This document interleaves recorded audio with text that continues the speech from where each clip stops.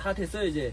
여기가 아파요. 오른쪽. 걱정하지 마시고 정신 바싹 차리세요. 아파요. 추워요? 금방 이제 올라갈 겁니다.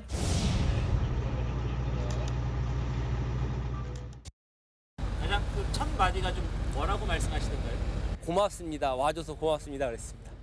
그분이 이제 성함이랑 얘기를 하시고 내일 아침 6시까지 근무라고 하시더라고요, 원래는. 그래서 정시 퇴근 시켜드린다고 제가 안전하게 구조해 드리겠다고 말씀드리고 하나씩 구조해 드렸습니다. 당국의 공식 발표 외에도 이 극적으로 생존이 된 구조된 굴착기 기사에 여러 얘기들이 오늘 뒤늦게 알려졌어요, 양 변호사님. 20대 굴착기 기사가 기계 수리 전에 물 마시려다가 이 지하 30m로 아래로 추락했는데 이 기사를 구조하는 과정에서 여러 가지 뭐 초콜릿 우유 혹은 계속해서 여자친구 얘기도 하고 이런 것들이 좀 전해졌습니다. 그렇습니다. 사건이 발생한 건 11일 오후 3시경이었습니다. 굴착기 기계를 수리하기 전에 목이 말라서 물을 마시러 가다가 갑자기 땅이 꺼지면서 아래로 추락하게 됐다라고 지금 전해지고 있는데요. 오후 10시경 정도에는 구조대원과 처음으로 육성으로 소통을 하게 됐습니다. 구조대원이 이제 침착을 해야 되는 상황이기 때문에 굉장히 침착함을 유지하면서 여자친구라든지 일상적인 대화, 몇 시에 출근했냐, 퇴근 예정 시간이 언제냐 이렇게 하면서 굉장히 좀 심리적인 안정을 유지하기 위해서 노력을 했다라고 하고요. 예. 6시간 뒤에 실질적으로 A 씨의 모습이 발견이 된 겁니다.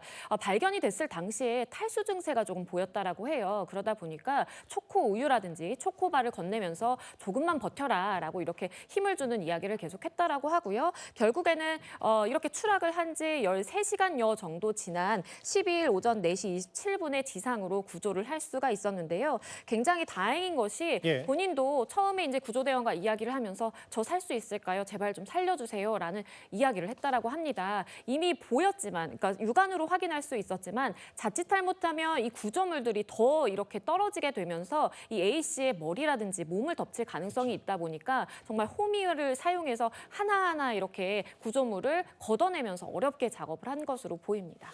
과거 구자영 변호사님, 저희 봉화 그 광산 매몰 사고 때 벌써 이게 3년 전이네요.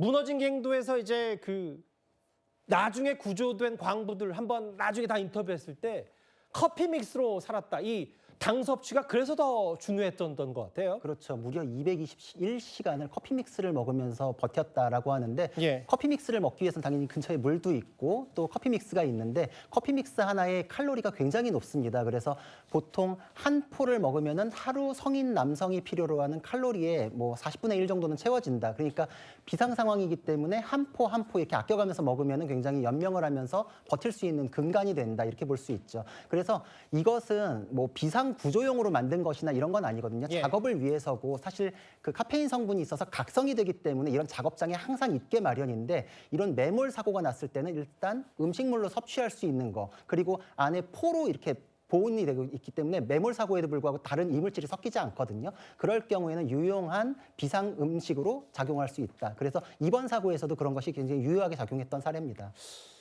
근데 계속 좀 반가운 소식이 좀 빨리 들어와야 될 텐데 아직도 한 명의 실종 상태, 연락두절 상태가 지금 만 3일째 이어지고 있어서 나흘째 수색 중인데 근데 새롭게 알려진 얘기 중에 양 변호사님 이게 지금 뭐 싱크홀이든 붕괴 사고든 최근에 장마철을 앞두고도 잇따르고 있는데 최대 20m 깊이의 지하 탐지 장비 도입을 검토했다가 무산됐다.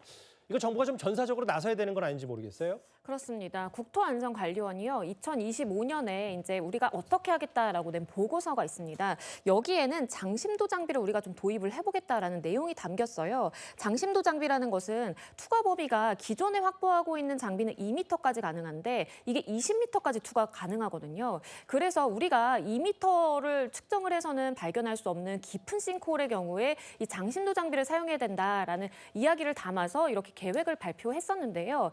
안타깝게도 안타깝게도 이러한 계획은 무산이 됐습니다. 일단 국토안전관리원의 이야기는요. 이게 성능이 아직 검증이 안 됐고 기술적으로 검토해야 되는 부분이 남아있기 때문에 이러한 계획은 추진이 무산이 됐다라고 밝히고 있는 상황인데요.